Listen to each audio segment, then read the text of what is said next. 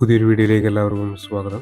7 saint പ്ലോട്ടിന് വേണ്ടി തയ്യാറാക്കിയിട്ടുള്ള 1740 square feet area വരുന്ന ഒരു വീടിന്റെ പ്ലാനും അതിന്റെ ഡിസൈനുമാണ് ഇന്നത്തെ വീഡിയോയിൽ ഉൾപ്പെടുത്തിയിട്ടുള്ളത്. 3 ബെഡ്റൂമുകളാണ് ഈ പ്ലാനിൽ വരുന്നത്. ഈ ഭാഗത്തായിട്ടാണ് പോർച്ച് കൊടുത്തിട്ടുള്ളത്. ഇവിടെയാണ് സിറ്റ് ഔട്ട് വരുന്നത്.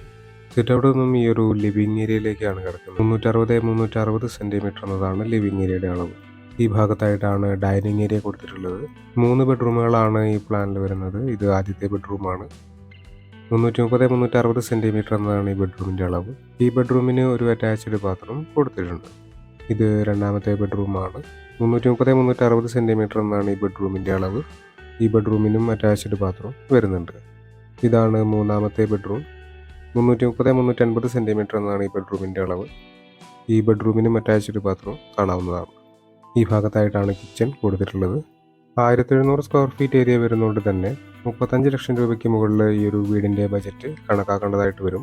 വീഡിയോസ് താല്പര്യമുള്ള ആളുകൾ ചാനൽ സബ്സ്ക്രൈബ് ചെയ്യാതെ കാണുന്നുണ്ടെങ്കിൽ ചാനൽ സബ്സ്ക്രൈബ് ചെയ്തേക്കുക. Thanks for watching.